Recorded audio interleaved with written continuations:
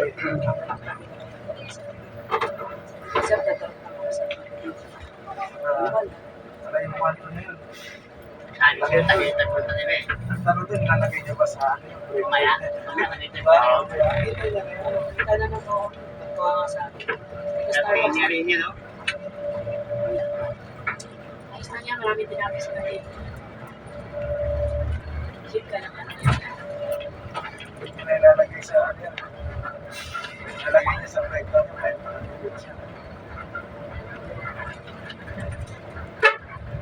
Buti ba na sila? Tubig eh.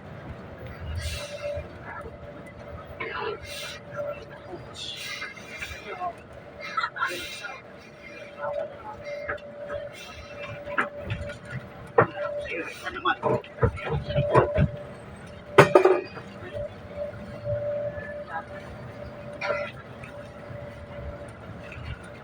Nagbabago kasi yung lineup niyan kada nadanan siya.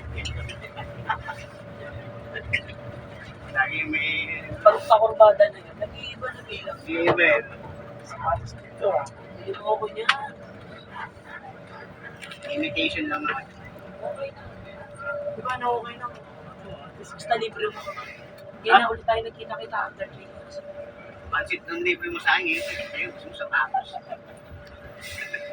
Na-miss ko nga kasi eh. Hindi na lang. Bibigyan ko ng taste nila. Yan ang mas maganda. Yung galing kay Jim. Chocolate ah. Aba, walang palaman.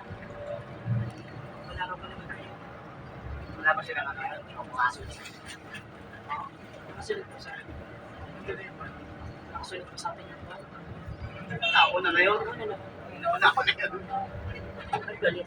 Ah, sinabi nila sa ano. Kaya wala ka na dalawa.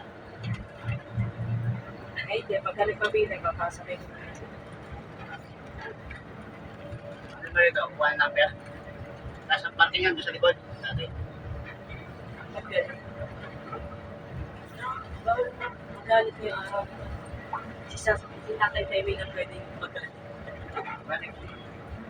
Sabi daw kayo sa guy. Hindi, diretso na tayo. Alilay tayo. Nag-chat yung ano, kapatid ni Ate Ellen. Okay, sabi ng coach ko, aalis na raw kami. Sige na, sundin mo na kung ano sinasabi. Huwag mo painitin ulo niya, lalaglag kayo. Sabi niya, ano gagawin ako? Kung ano sabihin ni Tatate. Gumo ka. Susundan ka na. Huwag mo kami alalahan. Basta kung ano yung sabihin niya, gumo ka na. Pero yun, basta close naman. Close naman sila natin. Oo. Gusto naman sila kahit hanggang pa sila.